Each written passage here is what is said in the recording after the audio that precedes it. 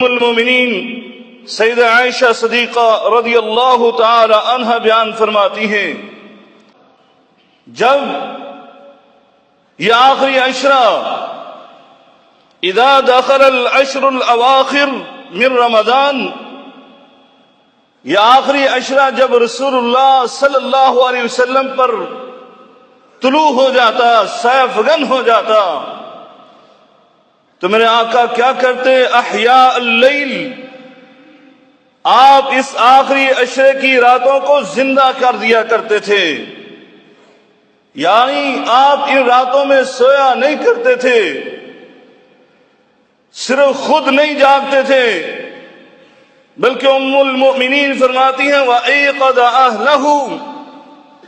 آپ اپنے گھر والوں کو بھی جگایا کرتے تھے۔ آپ رمضان کے آخری عشرے میں اعتکاف کیا کرتے تھے، یعنی عبادت کے لیے آپ علیحدگی اختیار کیا کرتے تھے، مسجد کا ایک کونا آپ اس کو مخصوص کر لیتے اور وہاں پر آپ پورے آخری عشرے کو گزارا کرتے تھے۔ آپ پہلے ہی عبادت بہت کرتے تھے، پھر عبادت کے لیے آپ نے آخری عشرے میں اپنے آپ کو وقف کر لیتے تھے۔ مطلب یہ ہے کہ نبی کریم صلی اللہ علیہ وسلم پھر دوسرے جتنے بھی کام ہوتے تھے ان کو ترک کر دیتے تھے، جو ہر کام ہی عبادت تھا، لیکن صرف اس آخری عشرے کی اہمیت کے پیش نظر میرے آقا علیہ الصلوۃ والسلام اپنے آپ کو مخصوص کر لیتے، صرف اللہ کی عبادت کرنا ہے، ذکر و اذکار کرنا ہے اور نوافل ادا کرنے۔